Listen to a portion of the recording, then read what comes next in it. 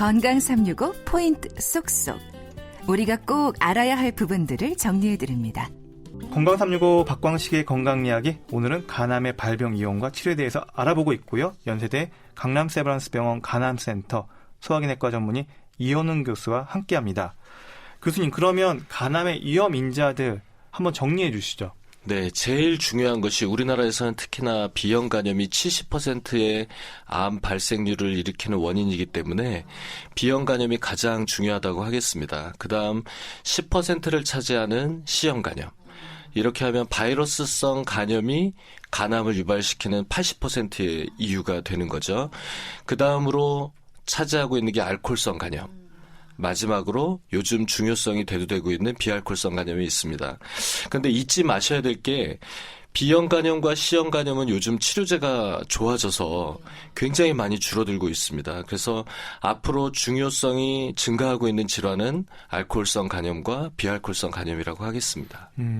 사실 이런 위험인자들이 딱 하나씩만 갖고 있는 경우도 있지만 대부분 동반돼서 있을 것 같은데요. 그것과 관련된 연구도 하셨다면서요? 예, 그렇습니다. 2019년도 간암의 날, 저희가 2월 2일을 간암의 날이라고 하는데요. 두 가지 검사를 꼭 1년에 2번 하자고 해서 간암의 날을 정했습니다. 그래서 그날 저희가 비만과 간암의 관계에 대한 연구를 발표했었습니다. 많은 연구들이 있는데 비만한 사람의 경우에 그렇지 않은 사람보다 간암 발생률이 약 1.7배 정도 높다고 결과가 나왔습니다. 예를 들면 170cm 정도의 키를 갖고 있는 사람이 75kg이다. 그러면 체질량 지수가 25 정도 됩니다. 사실 그다지 뚱뚱하지 않은 체형인데 그런 경우에도 간암 발생률이 1.4배 증가하는 걸로 되어 있고요. 예를 들면 몸무게가 키가 170인데 몸무게가 100kg가 넘는다. 그러면 체질량 지수가 35가 넘어가게 그렇죠. 됩니다. 엄청... 예, 그런 경우에는 거의 암 발생률이 3배 이상 급격하게 상승하게 되죠. 특히나 B형 간염이나 C형 간염 이런 걸 갖고 계신 분들이 비만을 하게 되면 그 비만에 따라서 간암 발생률이 1.5배, 2배 이렇게 증가하는 것으로 결과가 나왔습니다. 결국 이 연구에서 메시지는 뭘까요? 비만하면 비만할수록 간암 발생률이 증가한다.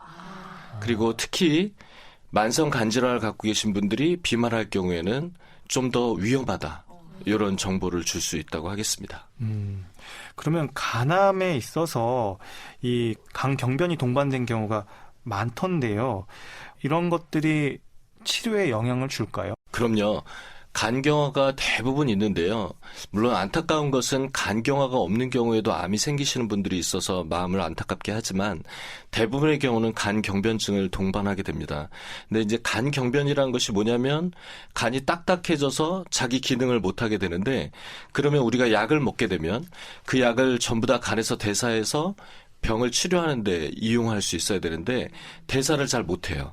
그러면 약물을 먹었는데 효과는 안 보이고 몸속에 독성분만 차게 되죠. 그래서 제가 환자에게 2달, 3달 약물을 치료하고 싶은데 한 일주일만 먹어도 약물 부작용 때문에 쓸 수가 없는 거예요. 그렇게 되면 약의 농도를 낮춰서 치료를 하게 되면 결국 암은 더 크게 되는 안타까운 일들이 발생하게 됩니다. 참 쉽지 않은 질환이라는 생각이 드는데요. 약물로 하면 참 좋을 텐데 요즘 이것에 대한 어떤 연구 개발이나 아니면 좀 새로운 치료제 소식도 있나요? 한 10년 동안은 거의 치료제가 새로 나오질 못했습니다. 최근 10년 사이에는 소라페닙이라는 좋은 약제가 있어서 환자들에게 희망을 주고 더 고마운 것은 국가에서도 보험 처리를 해주어서 환자들이 싼 가격에 치료를 받을 수 있는 계기가 되었습니다. 그런데 이 약제가 좋은 약제지만 좀 안타까운 것은 치료 효과가 그렇게 높지 않다는 거죠. 하지만 새로운 약제들을 개발하는 것이 너무 어려워서 최근 10년 사이에는 거의 약제가 나오지 않았습니다. 근데 최근에 이 소라페닙이라는 약이 치료 원칙이 간암을 크게 하는 간암이 성장을 하려면 혈관이 많이 발달해야 돼요.